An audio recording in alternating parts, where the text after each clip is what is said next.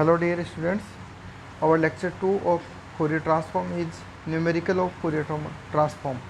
Today we discuss some numericals based on Fourier transform. So first of all students, we discuss some relation between Fourier and Laplace transform. Students ये एक बार exam में आया हुआ है, तो आप इसको ध्यान से समझना किस तरीके से हम Fourier ट्रांसफॉर्म और लाप्लास ट्रांसफॉर्म के बीच में रिलेशन फाइंड आउट करेंगे. तो students let f of x be define as the follows, यानी आपके पास एक फंक्शन डिफाइन होगा एफ ऑफ एक्स, वो कुछ इस तरीके से डिफाइन हो. दैट मीन्स एक्स की वैल्यू अगर एक्स लेस देन जीरो है तो फंक्शन क्या हो, जीरो हो, और अगर एक्स ग्रेटर देन जीरो है तो फंक्शन एफ ऑफ एक्स की वैल्यू क्या हो, e की power minus alpha x g of x हो. इस तरीके का अगर फंक्शन हो तो जो फोरियर ट्रांसफॉर्म की डेफिनेशन होती है स्टूडेंट्स, वो क्या होती है, आपने पढ़ा था इनफाइनाइट फोरियर ट्रांसफॉर्म या कॉम्प्लेक्स फोरियर ट्रांसफॉर्म.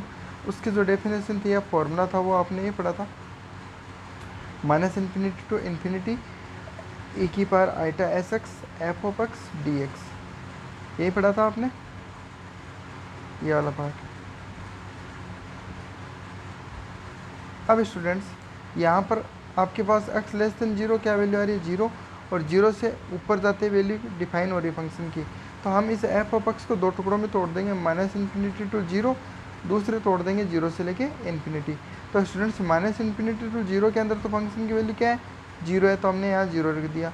जीरो से इन्फिनिटी के अंदर इसकी वैल्यू क्या है, जीरो से इन्फिनिटी के अंदर आपके पास ये वैल्यू डिफाइन है, ये वैल्यू थी एफ ऑफ एक्स की जीरो से इन्फिनिटी में, क्योंकि x is greater than zero. X is greater than zero का मतलब क्या होता है स्टूडेंट्स, जीरो से इन्फिनिटी होता है आपका. ओके, तो इसलिए जीरो से इन्फिनिटी ले लिया. उसके बाद में स्टूडेंट्स आपको नज़र आ रहा होगा यहाँ पे कि ई के जो बेस सेम आ रहा है, यहाँ पर भी ई आ रहा है, यहाँ पर भी ई आ रहा है. तो बेस सेम हो तो पावर्स क्या हो जाएगी, ऐड होंगी. तो हमने ऐड किया है, तो देखो ई की पावर अगर माइनस साइन कॉमन ले लो तो एल्फा माइनस आइटा एस बनेगा, और जी ऑफ एक्स डी एक्स. तो ये आपका दिख रहा है, नज़र आ रहा होगा. उसके बाद हमने क्या किया स्टूडेंट्स, देखो यहाँ पर जो एल्फा माइनस आइटा एस है, इसको कोई दूसरी वैल्यू मान लो, पी मान लो. तो हम क्या लिखेंगे, जीरो से इन्फिनिटी ई की power minus p x g of x और डी एक्स. तो स्टूडेंट्स ये क्या आपका Laplace transform g of x है. कैसे हुआ, देखो आपने Laplace transform of f of t पढ़ा था, क्या था,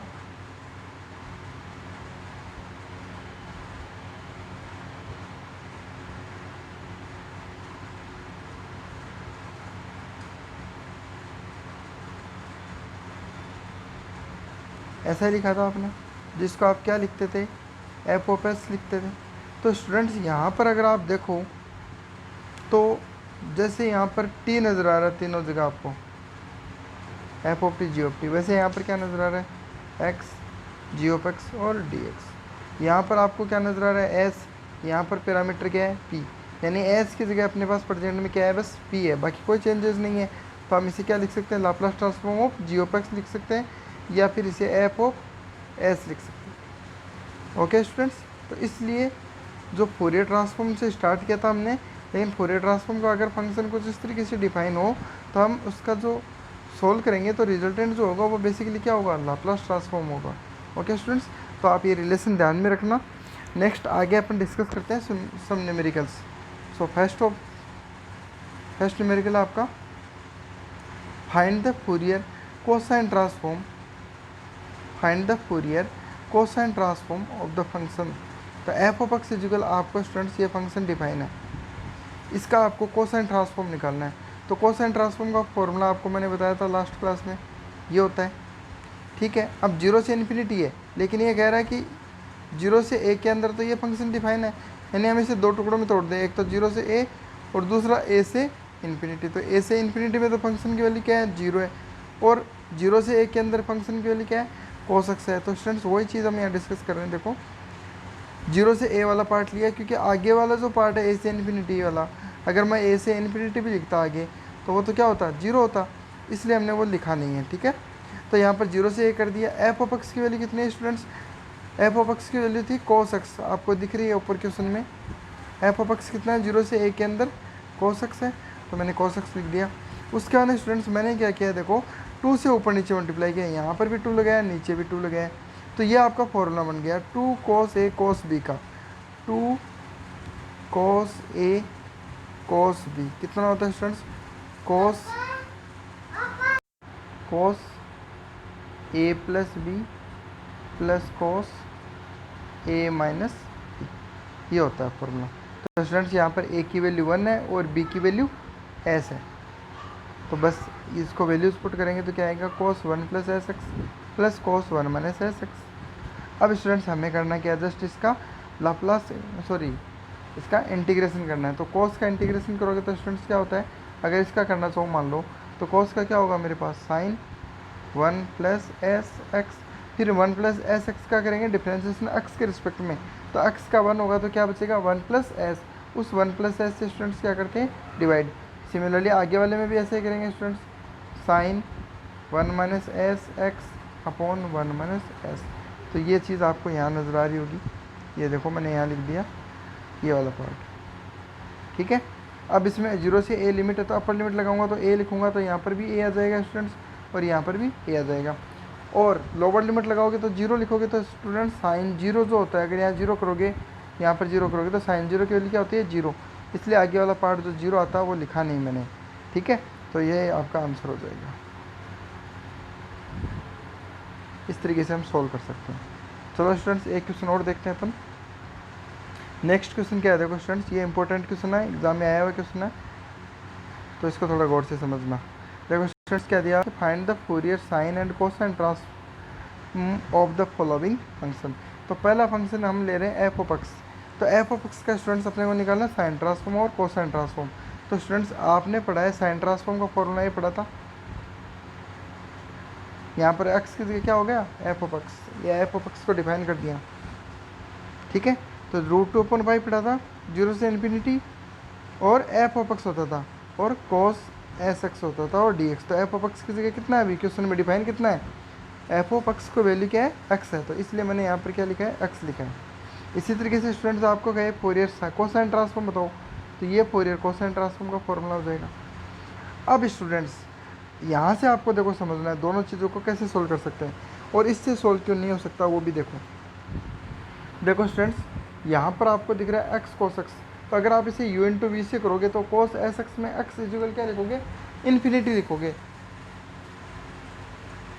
तो यहाँ पर स्टूडेंट्स कोस इन्फिनिटी की वैल्यू -1 से 1 के बीच में होगी, या साइन इन्फिनिटी की वैल्यू क्या होगी? -1 से 1 के बीच में कोई वैल्यू होगी, तो वो एग्जैक्ट आंसर नहीं आएगा। तो स्टूडेंट्स इसको सोल्व करने के लिए देखो क्या करते हैं हम। आपने एक फॉर्मूला पढ़ा था कि e की पावर आईटा थीटा कितना होता है? Cos theta plus आईटा sine theta. इसी तरीके से स्टूडेंट्स एक फॉर्मूला आपने पढ़ा था e की पावर माइनस आईटा थीटा, ये होता है आपका cos theta minus आईटा sine theta. तो यहाँ पर स्टूडेंट्स मैं ये वाली चीज़ काम में लेने वाला हूँ, माइनस वाली क्यों ले रहा हूँ वो भी डिस्कस करेंगे कि माइनस वाला पार्ट क्यों लिया। देखो स्टूडेंट्स ये आपके पास आ रहा है एक पार्ट। अब स्टूडेंट्स इसमें ये जो कोस थीटा है, इस कोस थीटा को क्या मैं ऐसे बोल सकता हूँ कि रियल पार्ट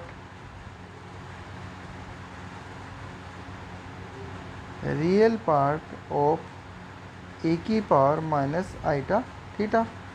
इसी तरीके से स्टूडेंट्स आपको कहे कि साइन थीटा क्या है, तो क्या आप साइन थीटा को ऐसे बोल सकते हो?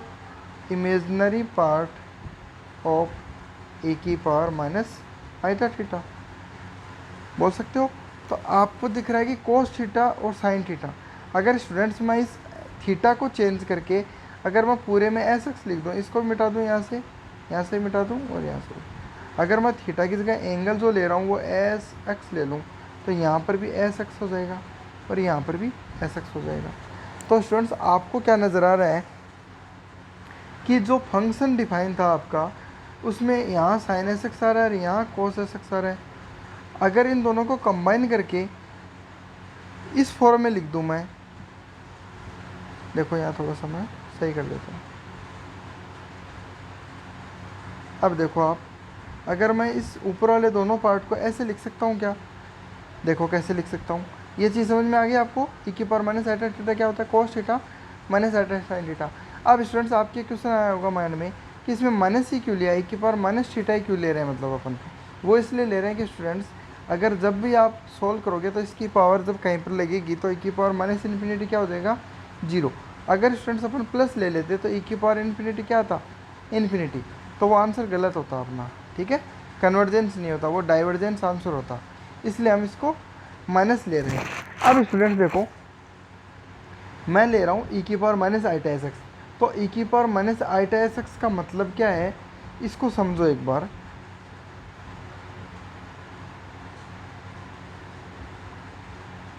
देखो स्टूडेंट्स, यहाँ बताता हूँ आपको कि आपको बता रहा हूँ मैं कि ई की power minus eta S x का मतलब हो रहा है कोस S x minus आईटा sign s x. इनको थोड़ा दूर दूर लिख देता हूँ मैं, माइनस आईटा साइन एस एक्स। अगर मैं कहूँ स्टूडेंट्स पूरे को एक्स से मल्टीप्लाई करो तो आप यहाँ पर भी एक्स लगा दोगे, यहाँ पर भी एक्स लगा दोगे और यहाँ पर भी एक्स लगा दोगे। उसके बाद आपको स्टूडेंट्स मैं कहूँ कि इंटीग्रेशन कर दो जीरो से इन्फिनिटी, तो यहाँ पर इन्फिनिटी करोगे तो यहाँ पर भी जीरो से इन्फिनिटी हो जाएगा और यहाँ पर भी आप कर दोगे जीरो से इन्फिनिटी। इंटीग्रेशन एक्स के रेस्पेक्ट में करो तो यहाँ डी एक्स आ जाएगा, यहाँ पर डी एक्स आ जाएगा, यहाँ पर डी एक्स आ जाएगा। उसके बाद स्टूडेंट्स अगर रूट टू अपन पाई के लिए और बोलें तो अपन रूट टू अपन पाई भी लगा सकते हैं कि इधर भी रूट टू अपन पाई लगा दिया, यहाँ पर भी रूट टू अपन पाई, यहाँ पर भी root two upon pi, but उसकी ज़्यादा ज़रूरत नहीं है स्टूडेंट्स, वो अगर न भी हो तो एक कांस्टेंट पार्ट है वो पड़ा रहेगा। अब स्टूडेंट्स आपको नज़र क्या आ रहा है, देखो इसमें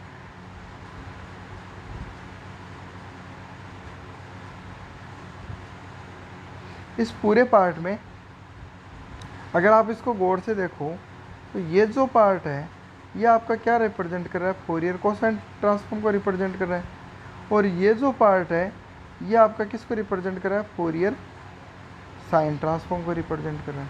तो आप ये कह सकते हैं कि अगर इस पार्ट को अपन सोल्व करें, इस पार्ट को सोल्व करें, जो इसका रियल पार्ट होगा, जो इसका रियल पार्ट होगा वो तो आपका फोरियर कोसाइन ट्रांसफॉर्म होगा, और जो इसका इमेजनरी पार्ट होगा वो इसका क्या होगा, साइन ट्रांसफॉर्म होगा, बोल सकते हो।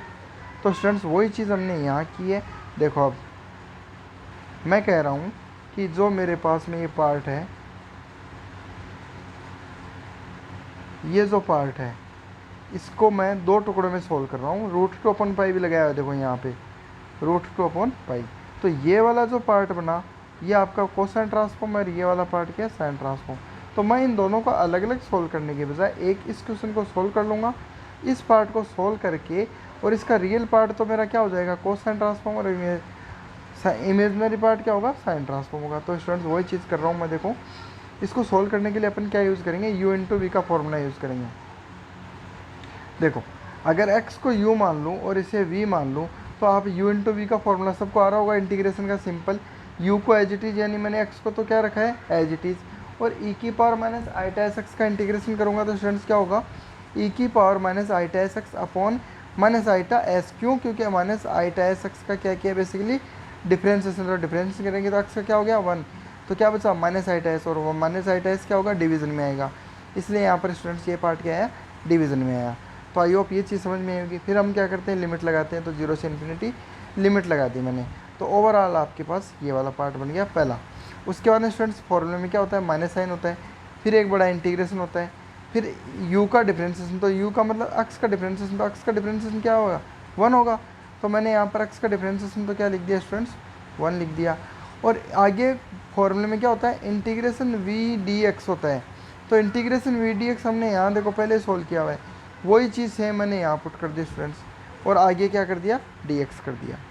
अब स्टूडेंट्स आपको क्या नज़र आ रहा है, देखो इसके अंदर अगर मैं पहले कहूँ कि इसमें अपर लिमिट पुट करें, ये अपर लिमिट पुट करोगे तो यहाँ पर देखो स्टूडेंट्स इसमें लिखेंगे तो क्या बनेगा, e की पावर माइनस इन्फिनिटी, जो क्या बनेगा 0, तो पहली वैल्यू क्या आ गई 0।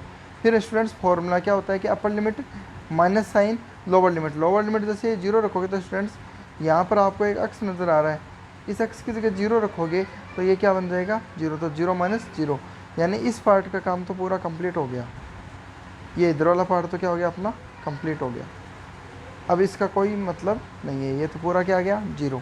अब अपन बात करते हैं राइट हैंड साइड की, तो इसमें देखो नीचे माइनस आईटा एस दिख रहा है, इस माइनस माइनस को लाऊंगा बाहर तो प्लस हो जाएगा, तो प्लस आ गया, आई टेस आ गया, तो 1 आई टेस, तो ऐसा कैसे आ गया स्टूडेंट्स। और ई की पावर, इस ई की पावर माइनस आई टेस एक्स का इंटीग्रेशन अभी बताया आपको क्या होता है, ये वाला पार्ट होता है। इसकी लिमिट लगाओगे 0 से इन्फिनिटी। अब देखो स्टूडेंट्स क्या आएगा इसमें, देखो अब आपको अपर लिमिट लगानी है सबसे पहले। तो जैसे आप इसमें अपर लिमिट लगाओगे, एक बार इस पार्ट को रहने दो, ठीक है। आप इतना पार्ट देखो, ये माइनस आई टेस है, ये भी साथ में है, तो इसको साथ में रख लो। इसके अंदर देखो लिमिट लगा रहा हूँ मैं। अगर मैं अपर लिमिट लगाऊंगा तो क्या बनेगा, एक की power minus infinity upon minus eta S. फिर फॉर्मूले में क्या होता है, माइनस साइन होता है, और एक माइनस आईटा एस वाला माइनस है, तो माइनस माइनस प्लस 1 आईटा एस, और अक्स की जगह जीरो को जीरो करोगे तो ई की पावर 0। अब स्टूडेंट्स ई की पावर माइनस इन्फिनिटी कितना होता है, ये वाला पार्ट 0 होता है, तो अगर ये 0 है तो ये तो हट गया, ओनली क्या बचा, ये वाला पार्ट। और ई की पावर 0 कितना होता है, 1, तो आपके पास यहाँ से क्या आया 1 आईटा एस, और एक 1 आईटा एस पहले पढ़ा है, तो आईटा और आईटा मल्टीप्लाई होकर आईटा स्क्वायर बनेगा। आईटा स्क्वायर की वैल्यू कितनी होती है स्टूडेंट्स, माइनस होती है, तो यहाँ पर क्या आएगा, माइनस आएगा। ये क्या हो जाएगा आपका, देखो 1 आईटा एस है, देखो स्टूडेंट्स से यहाँ से इसकी वैल्यू क्या है, 0। थोड़ा सा मैंने ये स्टेप लिखी हुई है, इसलिए मैं वही स्टेप बता देता हूँ आपको। देखो अपर लिमिट रखी तो क्या आया 0, फिर माइनस साइन करूँगा, फॉर्मूला एक माइनस है प्लस हो गया 1 आईटा एस और ई की पावर 0। तो ये वाली स्टेप यहाँ दिख रही है आपको स्टूडेंट्स, ये वाला पार्ट देखो 0, और ई की पावर 0 की वैल्यू क्या होगी 1, तो 1 आईटा एस बना, तो ये पार्ट आपको नज़र आ रहा है यहाँ पे। उसके बाद में देखो स्टूडेंट्स, इस आईटा एस और आईटा एस को मल्टीप्लाई करेंगे तो आईटा आईटा क्या हो जाएगा, आईटा स्क्वायर की वैल्यू क्या होती है, -1 होती है, और एस और एस करोगे तो 1 एस स्क्वायर, तो ये आपके पास पार्ट आ गया। अब स्टूडेंट्स यहाँ पर जितना भी पार्ट है अपने पास सॉल्यूशन में, वो पूरा क्या है, रियल है, यानी इसमें कहीं पर भी कोई आईटा नहीं है, नहीं दिख रहा आपको। तो प्लस में मैंने क्या लगा दिया, ऐसे ही लगा दिया आईटा 0, तो ये तो हो गया मेरा रियल पार्ट। और ये जो 0 नज़र आ रहा है स्टूडेंट्स, ये क्या है मेरा इमेजिनरी पार्ट। तो रियल पार्ट किसको रिप्रेजेंट करेगा स्टूडेंट्स, फोरियर कोसाइन ट्रांसफॉर्म को। इमेजिनरी पार्ट किसको रिप्रेजेंट करेगा, फोरियर साइन ट्रांसफॉर्म को। तो स्टूडेंट्स वही चीज़ यहाँ पर की है, देखो मैंने कि यहाँ पर फोरियर कोसाइन ट्रांसफॉर्म का आंसर तो मैंने ये लिख दिया, और फोरियर साइन ट्रांसफॉर्म का आंसर क्या आएगा 0। ये स्टूडेंट साइन ट्रांसफॉर्म है, ठीक है, थोड़ा ध्यान दे लेना। ये क्या आपका साइन ट्रांसफॉर्म, ये वैल्यू क्या हो गई 0 हो गई। तो आई होप ये समझ में आया होगा स्टूडेंट्स आपको। चलो एक क्वेश्चन और देखते हैं स्टूडेंट्स। देखो स्टूडेंट नेक्स्ट क्वेश्चन है अपना, कि अपने को पूछा गया था कि फोरियर साइन और कोसाइन ट्रांसफॉर्म किसका पूछा है, F of X is equal A की पावर माइनस एक्स, ये आपका फंक्शन है। इसका आपको फोरियर साइन और कोसाइन ट्रांसफॉर्म पूछा है, बी पार्ट ये था। तो सबसे पहले मैं निकाल रहा हूँ साइन ट्रांसफॉर्म। तो साइन ट्रांसफॉर्म का फॉर्मूला आपको पता ही है स्टूडेंट्स, ये होता है, ये फॉर्मूला होता है। अब इस फॉर्मूले में स्टूडेंट्स मैं इस एफ ऑफ एक्स की जगह क्या रखूँगा, ए की पावर माइनस एक्स, तो ये लिख दिया मैंने ए की पावर माइनस एक्स, बाकी पूरी चीज़ सेम है। अब स्टूडेंट्स आपको क्या ध्यान देना है, देखो कि एक फॉर्मूला होता है ई की power A X sine B X D X, ये आपको बहुत बार बताया हुआ है स्टूडेंट्स, एक बार और बता दिया है मैंने, यहाँ पे लिख भी दिया आपको। तो ए की वैल्यू, तो स्टूडेंट्स इसका आंसर क्या होता है, ई की power A X upon A square plus B square A sine B X minus B cos B X. तो बस आपको स्टूडेंट्स यहाँ से ए और बी की वैल्यू फाइंड आउट करनी है। देखो यहाँ ए की पावर ए एक्स के अकॉर्डिंग देखूँ तो ए की वैल्यू कितनी है स्टूडेंट्स -1, यहाँ बी एक्स के अकॉर्डिंग बी की वैल्यू कितनी है एस। तो बस आपको स्टूडेंट्स कुछ नहीं करना, ए की वैल्यू -1 और बी की वैल्यू एस, इस पूरे पार्ट में पुट कर देना आपको। तो आपके पास बनेगा ए की power minus x upon 1 plus s square minus sine s x minus s cos x s x, ठीक है। तो स्टूडेंट्स यहाँ पहुँच जाएंगे अपन सीधा, ये पार्ट आ जाएगा आपके पास। अब स्टूडेंट्स आपको क्या करना है, देखो अपर लिमिट लगाओगे पहले। अगर आप अपर लिमिट यहाँ रखते हो तो स्टूडेंट्स क्या बनेगा, ई की पावर माइनस इन्फिनिटी, ई की पावर माइनस इन्फिनिटी, और ई की पावर माइनस इन्फिनिटी कितना होता है 0। तो पहला वैल्यू अपर लिमिट रखने पर आंसर क्या आएगा 0। फिर फॉर्मूले में क्या होता है स्टूडेंट्स, फॉर्मूले में माइनस साइन होता है, फिर क्या करते हैं लोअर लिमिट। तो लोअर लिमिट रखोगे स्टूडेंट्स ये, तो 0 रखोगे तो यहाँ 0 रखोगे तो ई की पावर 0 1, तो आपके पास क्या बनेगा 1/1 प्लस एस स्क्वायर।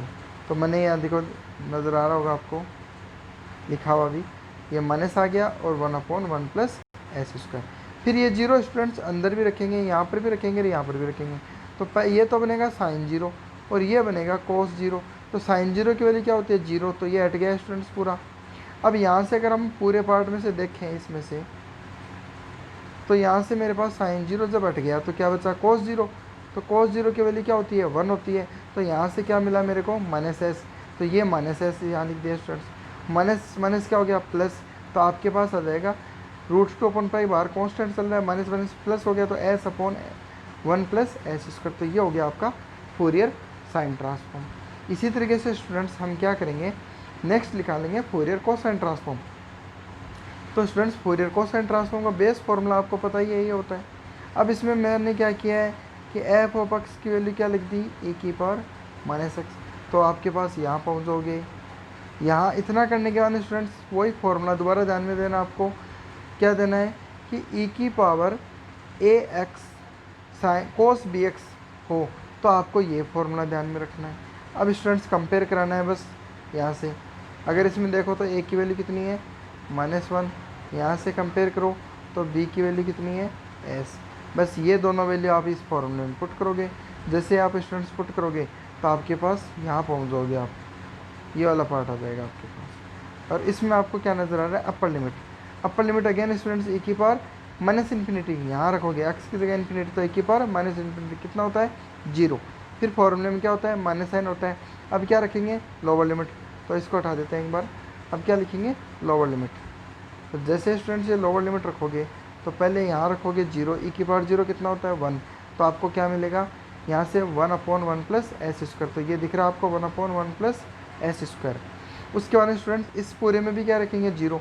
तो यहाँ आएगा कोस 0, यहाँ पर आएगा साइन 0। तो स्टूडेंट साइन 0 कितना होता है? 0। तो ये हट गया पूरा। और कोस 0 की वैल्यू क्या होती है? 1। तो क्या बचा? -1। तो ये -1 यहाँ लिख दिया स्टूडेंट्स। जैसे आप इसको सोल्व करोगे तो आपके पास जो वैल्यू आएगी -1 प्लस, तो ये आएगा 1/1 प्लस एस स्क्वायर। तो स्टूडेंट्स आपने देखा कि फोरियर कोसाइन ट्रांसफॉर्म का आंसर क्या आ रहा है? ये वाला पार्ट आ रहा है। एक एग्जांपल और समझते हैं स्टूडेंट्स। देखो स्टूडेंट्स, नेक्स्ट एग्जांपल क्या है कि find the Fourier sine transform of the following function. ठीक है, साइन ट्रांसफॉर्म फाइंड आउट करना। फंक्शन आपको ये डिफाइन किया, तो आपको फंक्शन देखने में ऐसा लग रहा होगा कि ये 3 टुकड़ों में टूटा हुआ है स्टूडेंट्स। अगर हम कहें कि बेस फॉर्मूला साइन का क्या होता है तो आपको ये पता ही है, लेकिन इसकी लिमिट तो कहाँ से कहाँ है? 0 से इन्फिनिटी है। अगर स्टूडेंट्स इस लिमिट को मैं 3 टुकड़ों में तोड़ दूँ, एक तो मैं 0 से 1 कर दूँ ये वाली, फिर प्लस करके थोड़ी दूर पे 1 से लेके 2 कर दूँ, और फिर कर दूँ मैं 2 से लेके इन्फिनिटी। तो 2 से इन्फिनिटी वाले में तो क्या है? 0 है, तो यहाँ 0 लिख दूँगा। 1 से 2 वाले में फंक्शन क्या है? 2 - x, तो मैं यहाँ लिख दूँगा 2 - x। और 0 से 1 वाले में फंक्शन क्या है? x, तो यहाँ पर लिख दूँगा x। आई होप ये चीज़ समझ में आई होगी स्टूडेंट्स। तो देखो यही चीज़ की है मैंने नेक्स्ट स्टेप में। यहाँ पर देखो मैंने 3 टुकड़ों में तोड़ दिया, 0 से 1, 1 से 2 और 2 से इन्फिनिटी। F of x sine s x, f of x sine s x, f of x sine s x. F of x की वैल्यू 0 से 1 में कितने स्टूडेंट्स? x है। 1 से 2 में क्या थी? 2 - x थी। और 2 से इन्फिनिटी में फंक्शन की वैल्यू क्या है? 0 है। तो देखो स्टूडेंट तीसरा वाला पार्ट तो अपने आप ही हट गया, ये हट गया आपके पास। ये तो इसका कोई रोल ही नहीं है, क्योंकि 0 होने पर ये पूरा ही क्या हो गया? 0। अब बचा ये पार्ट। तो आपको दिख रहा है स्टूडेंट्स इसमें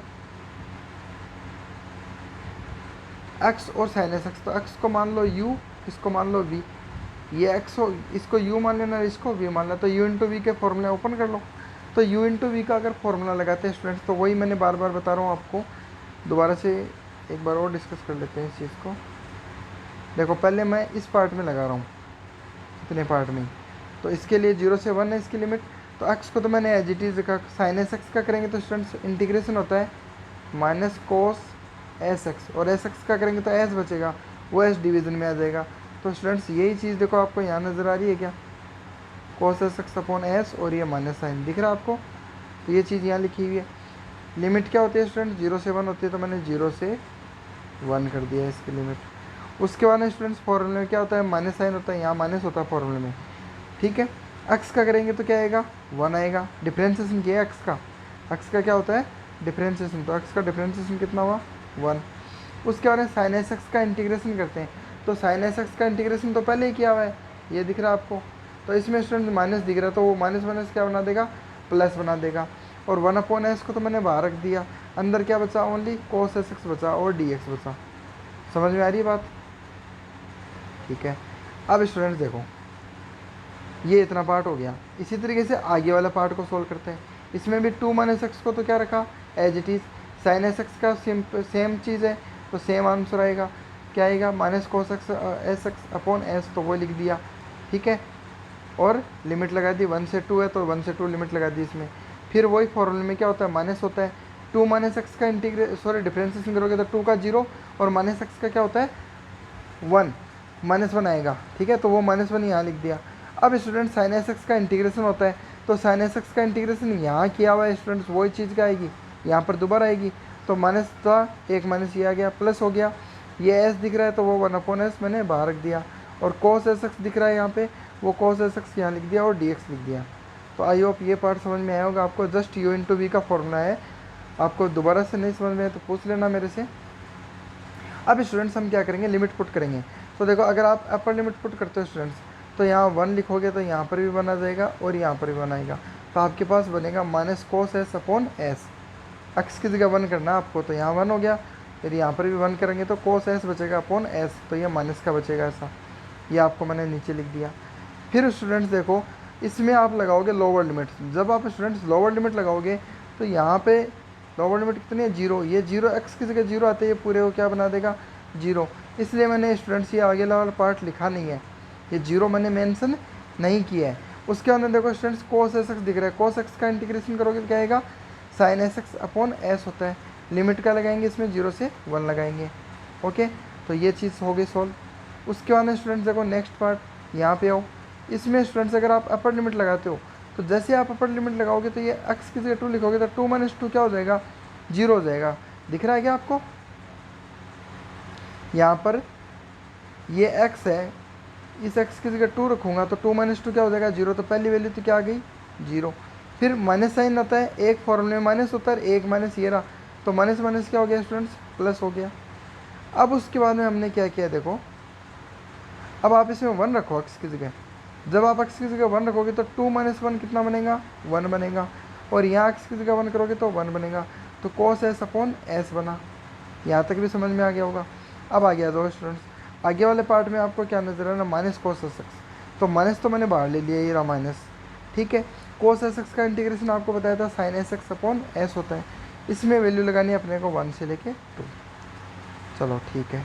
अब उसके अंदर स्टूडेंट्स आपको क्या नज़र आ रहा है, देखो ये वाला पार्ट नेगेटिव है और ये वाला पार्ट पूरा पॉजिटिव है, दोनों क्या आ रहे हैं, सेम है। तो ये तो कट गई।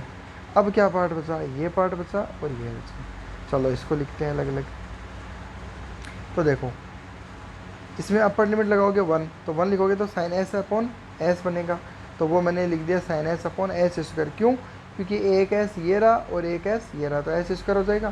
तो ये वाला पार्ट तो सोल्व हुआ है, अपर लिमिट तो सोल्व हो गई। उसके बाद स्टूडेंट्स आप लगाओगे लोअर लिमिट। इसमें जब स्टूडेंट्स माइनस साइन करके लोअर लिमिट लगाओगे तो 0 लिखोगे, तो साइन 0 कितना होता है, 0 होता है। तो ये पूरा क्या हो जाएगा, 0। इसलिए मैंने वो मेंशन नहीं किया, लिखा ही नहीं है वो 0, ओके।